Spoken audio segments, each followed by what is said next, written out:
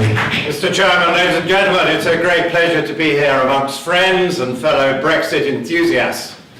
And I want our government, committed as it tells me it is to Brexit, to be bolder and stronger about all the advantages that are going to come to our country as soon as we are free of the legal entanglement and the financial commitment of our membership of the European Union.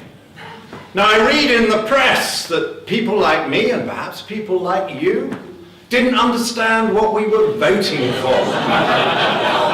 I've got great news for my critics. I fully understood what I was voting for. I was voting to take back control. I was voting to leave the European Union.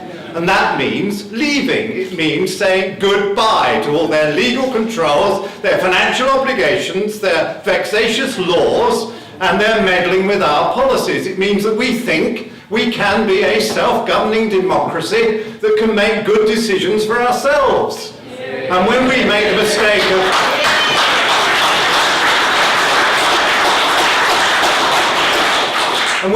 mistake of electing bad governments that make silly decisions, we can have the pleasure of kicking them out and getting another lot. The problem with bad policy and bad decisions, which spewed forth from Brussels much of the time I was watching it, was you couldn't change the policy and you couldn't change the people who were responsible for doing it. You often couldn't work out who they were, and if you could work out who they were functionaries with well-paid jobs, and they could not be discharged because they no longer pleased you and the other voters. I also read that people like me, of course, only voted the way we did because we aren't very clever and we obviously didn't have a good education. No, I fully confess, ladies and gentlemen, in the years I went to Oxford, I think they could have perhaps taught me better. I think maybe I could have made better use of the facilities that were there. I confess my education could have been better, ladies and gentlemen. But the great news in a democracy is you don't have to pass an exam to get a vote.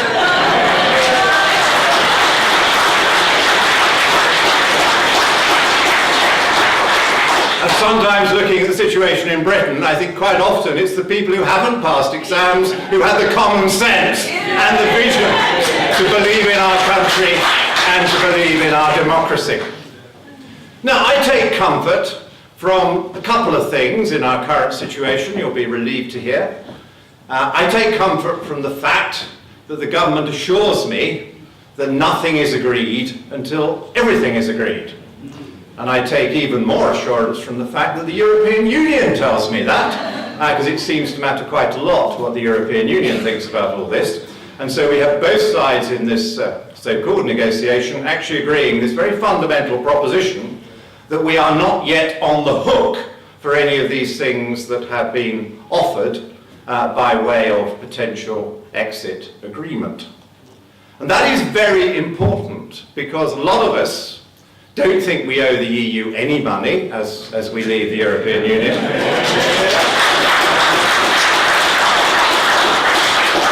And a lot of us think that we can do better if we make our own decisions on things like fishing and farming and borders, and that the sooner we're able to do that, the better. But I take comfort from that rubric because, to me, it means that in the end, we, the people, and our Parliament is going to have to make a judgment about any deal that they may have reached as to whether it is good enough for us or whether we should leave with no deal. Because the second thing I take comfort from is that I and other parliamentarians of like mind have persisted throughout these long 18 months since the people's decision, pressing the government to assure us that they are doing everything necessary to prepare for exit with no deal should the need arise.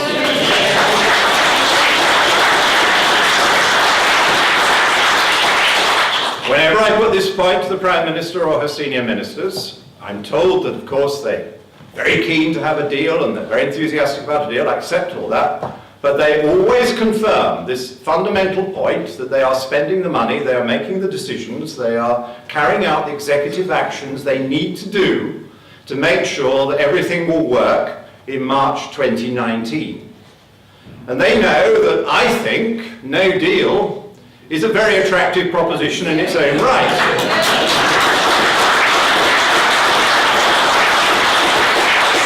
I like to get on with my colleagues, so I also concede that it is possible that they can come up with a deal which is even better than no deal, and I wish them every success in doing that. But they need to realise how high a hurdle no deal is. What does no deal do? It means we don't pay them any extra money after the 29th of March 2019. That would be great. Just think what we could do with all that money. It means that after March 2019 we can sign our own trade deals with all those other countries that would be quite keen to sign trade deals with us. It means that after March 2019 we can have our own sensible migration policy and control our own borders in the way we choose to do. It means that after March 2019 we take full control of our fishery and I think can come up with a policy which is kinder to our fish as well as better for our fishermen. It means we take back control of our farming policy. It means we no longer are under the European Court of Justice. It means we make our own laws and make our own decisions. That looks to me to be a pretty good package, ladies and gentlemen. And it was what I voted for, and I suspect from your enthusiastic applause it was what quite a lot of you voted for. So we need to send this very clear message that over half the country not only knew what it was voting for, but it accepted that we might not get a deal and we still want to leave because there are so many wins out of no deal. Now, I wish them every success. I actually do think, as long as we are reasonably firm from here in the negotiation, that they will offer a tariff-free deal. Why wouldn't they? Because we're the customer mainly and they're the producer. And so it is massively in their interest to do so. But a lot of my friends who are of the Remain faith tell me that the EU likes self-harm and it therefore won't want to offer this tariff-free deal, and maybe they know them better than I do. We will find out in due course, but I hope they do offer us a tariff-free deal. I would be surprised if they didn't. I think they are more likely to if the government makes very clear to them that we are quite capable of just leaving with no deal, because that's the point at which then the German car makers and the French cheese makers and all the rest of them will be saying to their governments and to the EU Commission, are you sure we would actually like to have that tariff-free access to this very important market that we know is out there? So I look forward to the next set of the negotiations when we are at last allowed to talk about the things that have more interest and possible benefit to the United Kingdom, because the negotiations so far have been all about the things that the EU wants, and the Prime Minister has been extremely generous and wanted to keep friendly relations to try and see if we can get a good deal. I understand what she's trying to do, but I think we're now at the point where the UK government has to say to the EU, we've given you a knockout offer on all the things that matter to you. These are all the things we would now want for that future trading arrangement and that future partnership. And if they're not forthcoming, then we have to start withdrawing the suggested draft offers that have been made up to this point. And I think that's the more likely way to end up with a deal than if we looked as if we might give a bit more ground. Because the danger is you give too much ground and then the British public and some of the British Parliament turn around and say, that is not what Brexit was all about. This isn't the freedom to do what we wish and the freedom to spend our own money. I'm also urging the government not only to get on with the negotiations, which I think they now wish to do, but to get on with setting out to the country all those new policies that we can put in as soon as we are free to do so. I would like that to be April 2019, but if it has to be January 2021, then I understand that. I think it's still right to get on with it now, and it's a very exciting prospect. Let's begin with fishing. The EU fishing policy has been disastrous for the UK fishing ground and for the UK industry. When we first joined the European Union, we were a substantial net exporter of fish, and we had one of the most productive fishing grounds in the world, alongside the Norwegian one, which we share in the North Sea. And then 45 years on, we are a heavy net importer of fish. Our fishing grounds have been considerably damaged by overfishing, and one of the big reasons why it's all gone so wrong is that the fishing control system required fishermen and fisherwomen to throw back dead fish into the sea that didn't meet the quota requirements. And if you move to a fishing policy where you land everything they catch and then argue about how much more they can catch thereafter, it means that you don't kill so many fish, but you eat more fish. And that seems to me to be a good deal for the fish eater and not a bad deal for the fish, because they've got better chances of surviving, because you will be killing fewer fish, but you'll be putting more fish on your plate. And I would also like more of that activity to be done in British registered vessels, and I'd like all that fish to be landed in the UK so that we have a chance to add the value and to police the fishing grounds properly. So the sooner we are what is called an independent coastal state, taking control of our own waters, the better. The next thing I'm very keen to do is to get the hands on the money. There was a lot of argument about the money in the referendum. Our opponents can't say we didn't understand the money. I think everybody in the country got the idea that there'd be quite a bit of money to spend once we were out. There was a bit of a disagreement over exactly how much, with people getting involved in accounting arguments about gross and net figures and all the rest of it. But I think everybody of any common sense agreed it's a lot of money, and it would be really handy to spend that right now on public services and tax cuts in our country. And the request of vote leave did set out an indicative budget before the referendum. We made it very clear that I was very unlikely to be Chancellor of the Exchequer, and it was only advisory or illustrative. Got one of those predictions right. I also got the economic predictions right, unlike the other side, who said that we would immediately plunge into deep recession and it would be very difficult economically. And so I set out in there what we would do. I made social care and health big priorities on the spending side. And I also decided to highlight a few tax cuts I would like. And the ones I chose were done because I think they're very worthy tax cuts in their own right, but there was a little bit of politics in it, so I decided to choose VAT impositions, which we're not allowed to remove for ourselves all the time we are in the European Union. So I chose quite difficult ones for my opponents. I chose the female hygiene products. Why not cancel the VAT on that? I chose all those green controls and insulation systems, much beloved of the so-called liberal left, and said we'd like to take the VAT off those completely, but you're not allowed to in your beloved EU. And then I said, I and my colleagues are very worried about people on low incomes not being able to heat their homes properly in the winter and so forth, so let's take VAT off domestic fuel.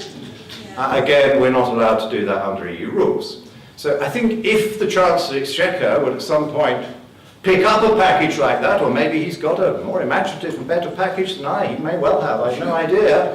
But I wish he wouldn't keep it secret from me and the British public, ladies and gentlemen.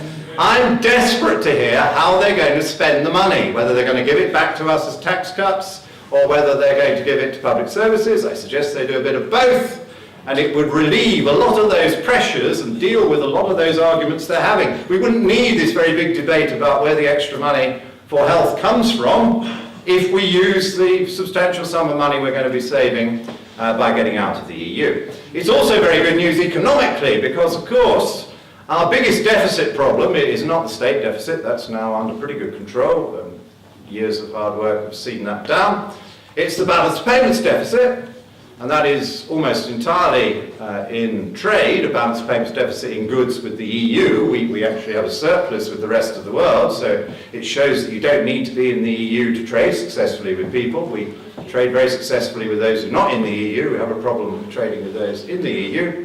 But the other reason our balance payments is weak is that, of course, all that £12 billion a year net that we send to the European Union is a negative on the balance payments. It's like importing a load of things, only you don't get the advantage of the things. You just have to give the money away overseas. So wouldn't it be good if we didn't have to give all that money away and there would be that immediate improvement in our balance payments? It's this kind of straightforward economics that you don't normally read in the Treasury documents. And you don't seem to hear too much from all those Remain forecasters who tell me they're much more expert than I am and Who am I to dare to offer a forecast? That was the question I got throughout the referendum campaign when they did let me loose on the television and radio, which was probably a good idea. It wasn't too often, but they constantly said when I asserted that the economy would be fine once we left, assuming we pursued sensible domestic policies, and they confronted me with the World Bank and the IMF and the Treasury and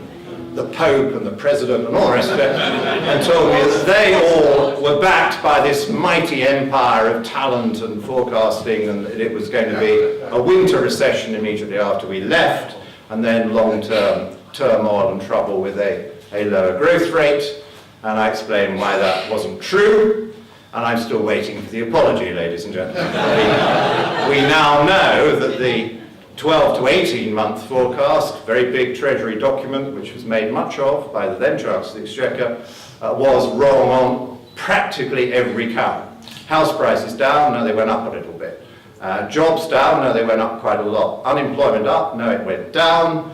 General economic growth will go negative in recession, no, it accelerated a little after the vote and then slowed a little bit the following year, but carried on more or less at the same rate. So comprehensively wrong. They say, yes, but we did say the pound would go down. Well, it had been going down for 18 months before the vote, nothing to do with the vote. It's quite true, it had a quick sharp fall immediately after the vote. It then had another fall when the Bank of England 3 months later decided to cut interest rates for no apparently good reason, other than to say, we're very worried about Brexit, and maybe the pound should go down a bit more.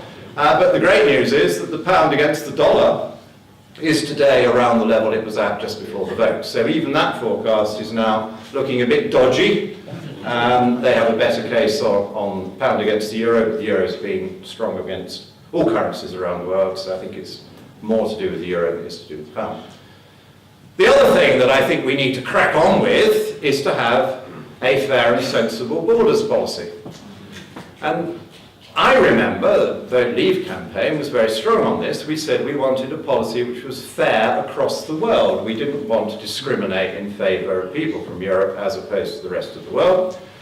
And we weren't seeking to stop all inward migration. We wished to be open to tourists, to talent, to students who want to come to our decent universities, to investors, to people who can pay their own way. The only thing we wanted to do was to control the numbers of people coming in to claim benefits and the numbers of people coming in to take low-paid jobs, which we hoped could be made available to people already here, and we want to get the wages up a bit as well to make it more attractive. So that was the very sensible proposition we put forward. That, as I understand it, is where the government may well end up, but I would like them to get on with it. I think it would give people confidence and courage if we now had the white paper setting out what it would look like.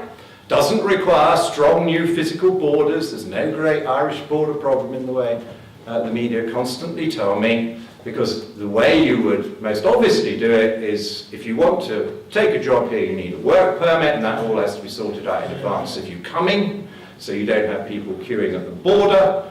And if you want to claim benefits, the answer is you have to live here for a certain number of years before you can. So don't come here with no money and claim benefits. You would have to qualify as a refugee or an asylum seeker or whatever in order to be able to do that. Different category, clear, fair rules across the world, not just geared to Europe. So I think that would give people confidence and courage if we started to set that kind of thing up. So, ladies and gentlemen, I really do want to get on with it.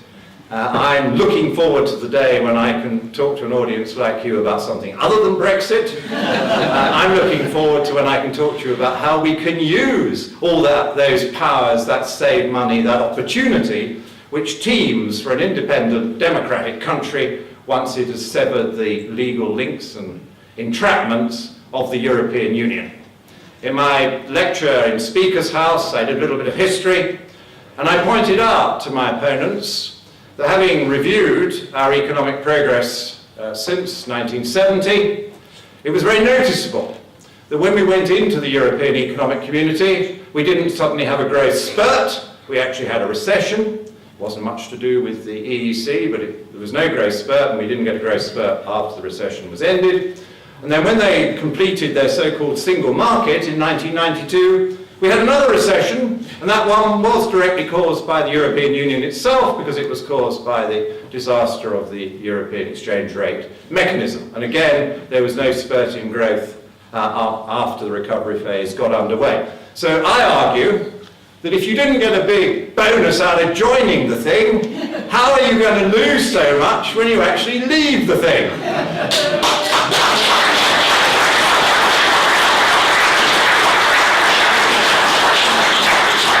Indeed, it is clearer than that if you take the fishing industry or the farming industry or the motor vehicle industry, they were very badly damaged by European Union policies, in some cases in the early years, and in some cases throughout our period in the European Union. And freed of that constraint, we can have policies that promote more jobs and more prosperity. So, ladies and gentlemen, my message to the government is nothing is agreed until everything is agreed. No deal is the hurdle to get above if you can. Otherwise, you will find many willing people in Britain just want to leave in March 2019 and not cling on to some ersatz European Union and try and rejoin the club by the back door. That is not what we voted for. So get on with it. No deal is better than a bad deal. And I wish them success in getting a good deal, but I'd be mightily relieved if I knew we were out in April 2019.